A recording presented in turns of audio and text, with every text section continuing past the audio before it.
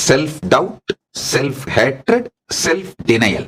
STHDன்னு சொல்வேன். அதாவதுங்க, உங்களை பத்தி ஒரு பொய்யையோ வதந்தியையோ சொல்லி மற்றவர்களை நம்ப வைத்து விடுவது ஒரு பக்கம்னா, உங்களுக்குள்ளேயே ஒரு பலவீனத்தை, ஐயோ இப்ப மத்தவங்க எல்லாம் நம்பிட்டாங்களே, இதுக்கு மேல நான் எப்படி இவங்களோட வாழ்வேன், நான் எப்படி வேலை செய்வேன், எப்படி செயல்படுவேன், என் வாழ்க்கை என்ன ஆகும் அப்படின்னு உங்களுக்குள்ளேயே ஒரு பலவீனத்தை உருவாக்குவது, அதுதான் உங்கள் எதிரிகளின் வெற்றியாக மாறி போகும்.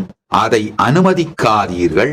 அந்த பலவீனம் தான் பொய் உங்களுடைய சத்தியத்தை விட, உங்களுடைய உண்மையை விட வலிமையானது போன்று உங்களுக்கு ஒரு மாயையை, உங்களுக்கு ஒரு பலவீனத்தை உருவாக்கி காட்டுகின்றது. உண்மையில் பொய் உண்மையை விட வலிமையானது அல்ல. ஐயா, வெளியிலிருந்து சூழ்நிலைகள் எப்படி வருது அப்படிங்கிறது உங்க கையில இல்ல. ஆனா உள்ள நீங்க அதை எப்படி எதிர்கொள்றீங்கிறது உங்க கையில தான் இருக்கு.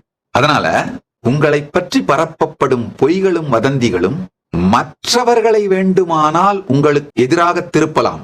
ஆனால் அவைகள் உங்களையே நம்ப வைத்து உங்களை உங்களுக்கு எதிராக திருப்பி விடாமல் பார்த்துக் கொள்ளுங்கள்.